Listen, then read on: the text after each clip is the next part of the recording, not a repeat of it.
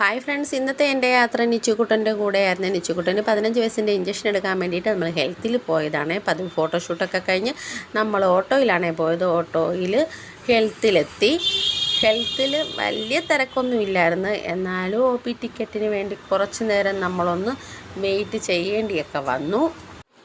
OP ticket എടുക്കാനായിട്ട് നിന്നപ്പോഴത്തേക്കും 2 അമ്മമാർ വന്ന് എന്നെ ഓവർടേക്ക് ചെയ്തു. പിന്നെ പാവമല്ലേ അമ്മമാരല്ലേ പോട്ടെന്ന് ഞാനങ്ങ് വിചാരിച്ചു.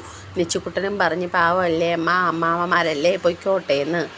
അങ്ങനെ വെയിറ്റ് ചെയ്തു. അവസാനം നമ്മളുടെ സമയമെത്തി. അങ്ങനെ OP ടിക്കറ്റ് എടുക്കുവാണേ. അവിടുത്തെ മാറ്റങ്ങളൊന്നും നമുക്കറിയില്ലായിരുന്നു. നമ്മൾ ഒരുപാട് നാളായിരുന്നു ചെന്നിട്ട്.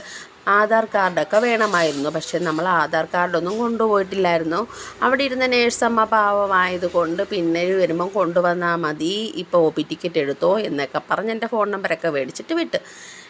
ഇഞ്ചക്ഷൻ എടുത്തിട്ടിരിക്കുന്ന എൻ്റെ നിച്ചുകുട്ടനെ കണ്ടോ, പാവം കൊച്ച്, നല്ല വേദന ഉണ്ടായിരുന്നേ. ഞാൻ പറഞ്ഞ സാരമില്ല, വീട്ടിൽ വരുമ്പോൾ അമ്മ ഒരു സ്മൂത്തി അടിച്ചു തരാം, അപ്പം വേദന മാറും, പണ്ട് കുഞ്ഞുനാളിൽ പറഞ്ഞു കൊടുക്കുന്നതാണേ ഇത്.